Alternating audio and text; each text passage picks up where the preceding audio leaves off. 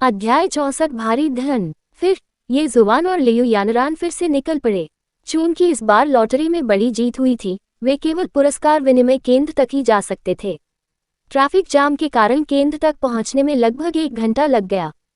इस समय लॉटरी केंद्र के प्रवेश द्वार पर पहले से ही कई पत्रकार और कर्मचारी मौजूद थे। कुछ ही दूरी पर कई पत्रकार दौड़कर आ रहे थे। क्या हम यहाँ बहुत जल्दी नहीं आ गए हैं? कैमरामैन थकावट से हाँफ रहा था जब उसने मेजबान से पूछा, जो ज्यादा दूर नहीं था। मेजबान एक लड़की थी। जैसे ही वह तेजी से चली, उसका माथा पहले से ही पसीने से लथपथ था।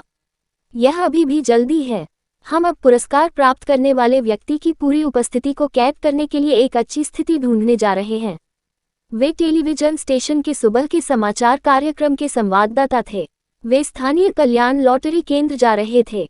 कल कल्याण लॉटरी के पुरस्कार खोले जाने के बाद एक चौंकाने वाली खबर सामने आई। एक व्यक्ति ने वास्तव में शीर्ष पुरस्कार जीता था और 100 दांव लगाए थे।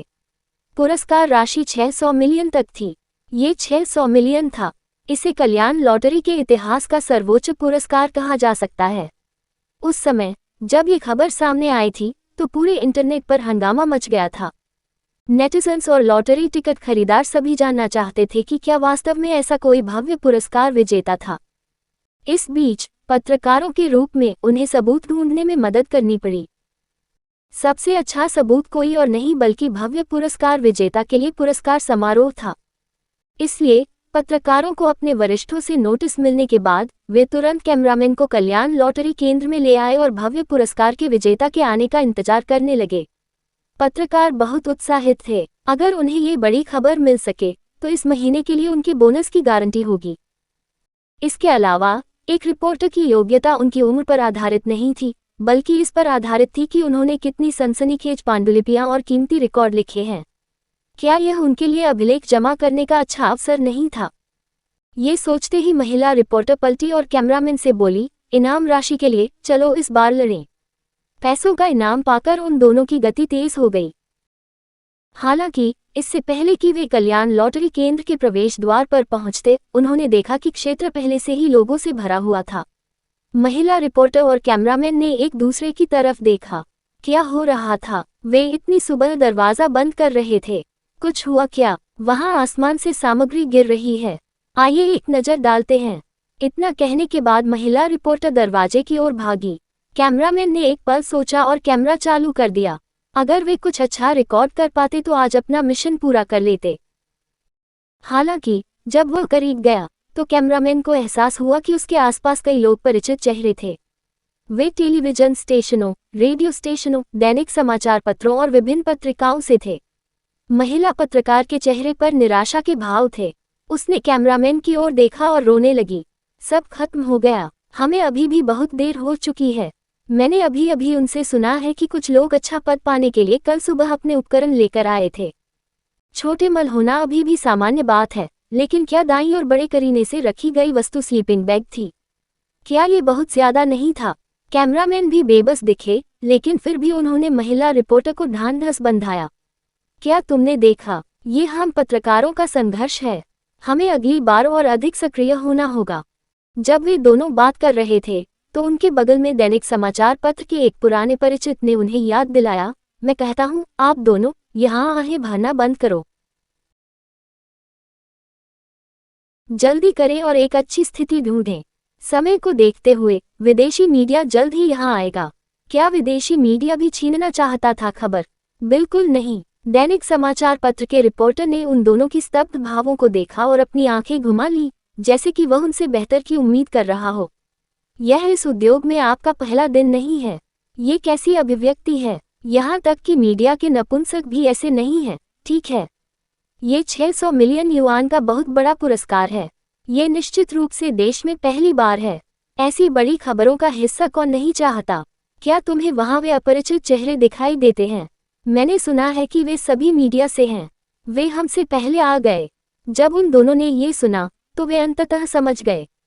इससे पहले कि दैनिक समाचार पत्र का रिपोर्टर अपनी बात समाप्त कर पाता, वे पहले ही उल्काओं की तरह उड़ चुके थे और अपनी स्थिति पा चुके थे। उन दोनों ने काम बांट लिया और अंततः एक अपेक्षाकृत अच्छी स्थिति चुनी। महिला रिपोर्टर ने बस कैमरामैन को अपनी जगह दे दी और कहा, कोई बात नहीं, हमें इस भव्य पुरस्कार के विजेता की तस्वीर लेनी होगी। जहां तक आरंभिक और समापन टिप्पणियों का सवाल है, हम उन्हें बाद में संपादित कर सकते हैं।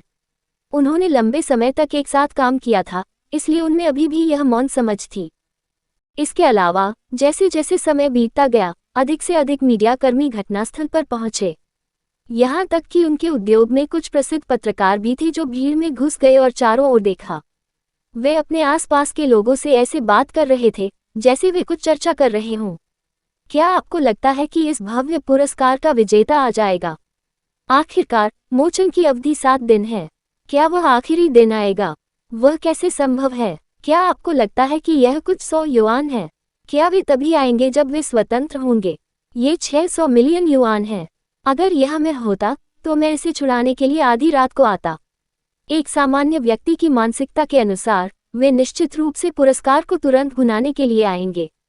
कोई तभी स्थिर महसूस करेगा जब पैसा उसके हाथ में होगा, है ना? सभी एक के बाद एक बोले। हालांकि भव्य पुरस्कार के विजेता के पास पहले दिन उपस्थित होने की उच्च संभावना थी, उन्हें एक लंबी लड़ाई के लिए तैयार रहना था। भोजन और पेट ठीक थे। अब बाहर ले जाना इतना सुविधाजनक था कि वे केवल एक क्रिया से खा पी सकते थे। अनुभवी पत्रकारों ने पहले से ही आसपास के होटल के कमरे ऑनलाइन बुक कर लिए थे। ये पूरी तरह आवास के लिए नहीं था। कल्याण लॉटरी केंद्र का प्रबंधन बहुत सख्त था। काम के बाद किसी को भी अंदर आने या जाने की इजाजत नहीं थी। यदि आसपास कोई होटल होता तो उन्हें शौचालय न मिलने पर चिंता नहीं होती। जहां तक सोने की बात है तो ये बहुत आसान था। स्लीपिंग बैग इसका सही समाधान था। उनमें से अधिकांश एक जोड़ी के रूप में आए थे, इसलिए बारी बारी से शिफ्ट बदलना ज्यादा थका देने वाला नहीं होगा। प्रत्यक्ष जानकारी के लिए हर कोई बाहर चला गया। कुछ समय बाद वे मुखौटे पहने हुए और गुड़िया लिए हुए किसी भी व्यक्ति की पूरी ताकत से तस्वीरें लेने के लिए दौड़ पड़े। भले ही वे भव्य पुरस्कार के विजेता हों या नहीं, उन्हें पहले तस्वीरें लेनी थीं। थोड़ी देर के बाद ये हुआन और लियू यानरान ने कार पार्क की और चले गए। जब पत्रकारों ने गोरी चमड़ी वाले बच्चे को देखा तो वे आश्चर्यचकित हुए बिना नहीं रह सके। क्या ये बच्चा बहुत अच्छा नहीं दिख रहा है? यह अफसोस की बात है कि हम सामाजिक रिपोर्टिंग उद्योग में हैं। अन्यथा अगर हम इस प्यारी सी गुड़िया को सड़कों पर फिल्माते तो शायद हमारे पास पाठक वर्ग होता। पत्रकारों ने उत्साह से बात की। फिर उन्होंने उत्कृष्ट लियू यानरान को देखा। आज लियू यानरान ने गुलाबी नीला पेशेवर सूट पहना हुआ था। वह स्मार्ट और सक्षम लग रही थी। वे सीधे उन दोनों को देखते रह गए, स्तब्ध रह गए। क्या इतनी खूबसूरत लड़की और बच्चा बहुत आकर्षक नहीं थे? यदि कोई और मौजूद नहीं होता तो वे चिल्लाते। लियू यानरान तेजी से ये हुआन के पास चली गई और धीमी आवाज में पूछा कि केवल वे दोनों ही सुन सके, क्या हम ऐसे ही अंदर जा रहे हैं? क्या हमें खुद को छिपाने की जरूरत नहीं है? उनकी याद में जब तक कोई वास्तव में भव्य पुरस्कार जीतता था, वे पुरस्कार लेने के लिए अपने चेहरे ढककर आते थे, इस डर से कि उन्हें पहचान लिया जाएगा। ये जुबान जैसा कौन था? वह बिल्कुल भी नहीं छिपा और बस अंदर चला गया। ये जुबान ने लियू यानरान की ओर आंखें झपकाईं और कहा, तुम नहीं समझे, ठीक है? ये लोग आपका चेहरा ढक कर जाने का इंतजार कर रहे हैं। यदि हम इतने उदार हैं तो वे अनुमान नहीं लगा पाएंगे कि हम भव्य पुरस्कार विजेता हैं। लियू यानरान को इस पर विश्वास नहीं हुआ, लेकिन वे पहले ही आधे रास्ते तक पहुंच चुके थे। उनके पास वापस जाने और मास्क की तलाश करने का कोई कारण नहीं था। जैसे ही वह संघर्ष कर रही थी, वे दोनों पहले ही कल्याण लॉटरी केंद्र में सफलतापूर्वक प्रवेश कर चुके थे। कोई रुकावट नहीं थी और यह एक करीबी कॉल थी। लियू यानरान ने आश्चर्य से उसकी छाती को छुआ और कहा, वाह, क्या ये बहुत आसान नहीं है? ये हुआ ने उसकी ओर देखा और निराशा से मुस्कुराया। उसने सोचा, छोटे सचिव, आप बिना किसी कारण के अपनी छाती नहीं थपथपा सकते। यदि तुम इस प्रकार कांपोगे तो इसे कौन सहन कर सकेगा? उन दोनों को इमारत में प्रवेश करते देखने के बाद बाहर के पत्रकार अपना अपना काम करने लगे। उनकी आंखें कैमरे की तरह थी क्योंकि वे इमारत में प्रवेश करने वाले हर व्यक्ति को तुरंत स्कैन कर रहे थे। कुछ लोगों ने धीरे से बुदबुदाया, यह महसूस करते हुए कि ये हुआन और लियू यानरान अधिक संदिग्ध थे। अन्यथा कोई महिला बच्चे को क्यों लाएगी? बूढ़े रिपोर्टर ने उसकी ओर तिरस्कार से देखा और उपहास किया। अन्यथा लोग ये क्यों कहेंगे कि आप युवाओं के पास जीवन का कोई अनुभव नहीं है? मुझे बताओ, भव्य पुरस्कार प्राप्त करने के लिए कौन पूरी तरह से प्रच्छन्न नहीं होगा? यदि आप पहचाने जाते हैं तो आपके असंबद्ध रिश्तेदार आपसे जुड़े रहेंगे। वे या तो पैसे उधार लेंगे या कहेंगे कि वे बीमार हैं। अब आप क्या करेंगे? क्या ऐसा हो सकता है कि वे अपने पूर्वजों की परवाह सिर्फ इसलिए नहीं करेंगे क्योंकि वे अमीर थे? क्या वे भविष्य में कभी घर नहीं लौटेंगे? यह असंभव था, है ना? इस पर विचार करने के बाद सबसे अच्छा उपाय यही था कि चुपचाप पुरस्कार प्राप्त कर लिया जाए। वे बिना किसी को पता चले अपना लापरवाह जीवन व्यतीत करेंगे। बाकी सभी लोग अपना सामान्य जीवन जी सकते थे और एक दूसरे को भड़का नहीं सकते थे। उन्होंने कभी किसी ऐसे व्यक्ति के बारे में नहीं सुना था जो इतने खुले तौर पर पैसे लेने आया हो। युवा रिपोर्टर थोड़ा असहमत था और उसने जवाब दिया, क्या ये कोई ऐसा व्यक्ति नहीं हो सकता जिसके घर पर कोई रिश्तेदार नहीं है? क्या ऐसा हो सकता है कि वे सभी मर चुके हों और केवल वही बचा हो? ये ठीक इसलिए था क्योंकि उनकी पृष्ठभूमि बहुत दयनीय थी कि उन्हें एक अच्छी चीज का सामना करना पड़ा और उन्होंने एक बड़ा पुरस्कार जीता।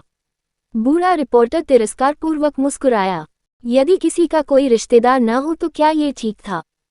पूरा देश उनका चेहरा जान लेगा। क्या समय आने पर उनकी जान खतरे में नहीं पड़ेगी? इतने सारे पैसे के सामने मानव स्वभाव बहुत पहले ही निचोड़ लिया गया था। युवा रिपोर्टर ने उसके होठों पर थपथपाया। वास्तव में यही मामला था। उसने अपना मुंह बंद कर लिया और बात करना बंद कर दिया। इस बीच ये हुआन लियू यानरान को कल्याण लॉटरी केंद्र के स्वागत कक्ष में ले आई। उन्होंने अभी अभी काम शुरू किया था और वहां ज्यादा स्टाफ सदस्य नहीं थे। स्टाफ के सभी सदस्य आलसी थे। कुछ अपने डेस्क पर बैठे नाश्ता कर रहे थे, जबकि अन्य धीरे धीरे अपने नाखून काट रहे थे। ये जुआन और लियू यानरान अंदर चले गए। कर्मचारियों ने बस ऊपर देखा और हिले नहीं।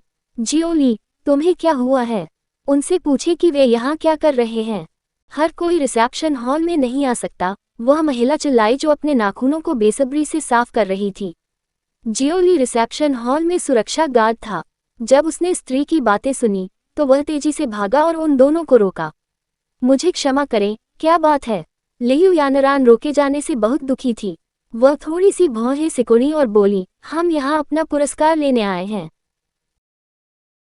हमारा पुरस्कार प्राप्त करें। शब्द सुनकर एक कर्मचारी जो अभी भी नाश्ता कर रहा था, उसने ऊपर देखा और स्पष्ट रूप से कहा, यहाँ केवल 5000 युआन से अधिक मूल्य के लॉटरी टिकटों को संभालने की आवश्यकता है। यदि यह छोटी राशि है तो जहां से आपने टिकट खरीदा है वहां से पुरस्कार प्राप्त कर लें। ये हुआन पहले से ही गुस्से में थी। इस कल्याण लॉटरी केंद्र का कार्य दृष्टिकोण किस प्रकार का था? वह सीधे उस महिला के पास गया जो अपने नाखून साफ कर रही थी और अपने हाथ में लॉटरी टिकट लहराया। मैं यहाँ केवल अपना पुरस्कार भुना सकता हूँ। महिला ने अंततः अपना नाखून उपकरण नीचे रख दिया और देखने के लिए ये जुबान का लॉटरी टिकट ले लिया। जब उसने उस पर संख्याओं की रेखा और अंक में 100 दांव देखे तो उसका दिमाग चकरा गया। हवा में गड़गड़ाहट की आवाजें भर गईं और वे बोल नहीं पा रहे थे। क्या ये वह विशाल लॉटरी टिकट नहीं था जिसमें 600 मिलियन युआन जीते गए थे? जिन लोगों ने पुरस्कार जीता वे वास्तव में एक छोटे बच्चे और एक लड़की थे। हे भगवान, ये सचमुच था। यह एक अवर्णनीय अनुभूति थी। महिला को बस ऐसा महसूस हुआ मानो उसके हाथ में कोई अत्यंत महत्वपूर्ण वस्तु हो। उसके हाथ घबराहट से कांप रहे थे। ये 600 मिलियन युआन था। इतनी धनराशि रखने के लिए उनका घर कितना बड़ा होना चाहिए। महिला उत्साहित होकर उठ खड़ी हुई। ये हुआन और लियू यानरान को इंतजार करने के लिए कहने के बाद पर्यवेक्षक के कार्यालय में पहुंचे। कहानी समाप्त। हमारे चैनल की कहानी देखने के लिए धन्यवाद। अगले वीडियो में देखने के लिए बने रहें। अलविदा।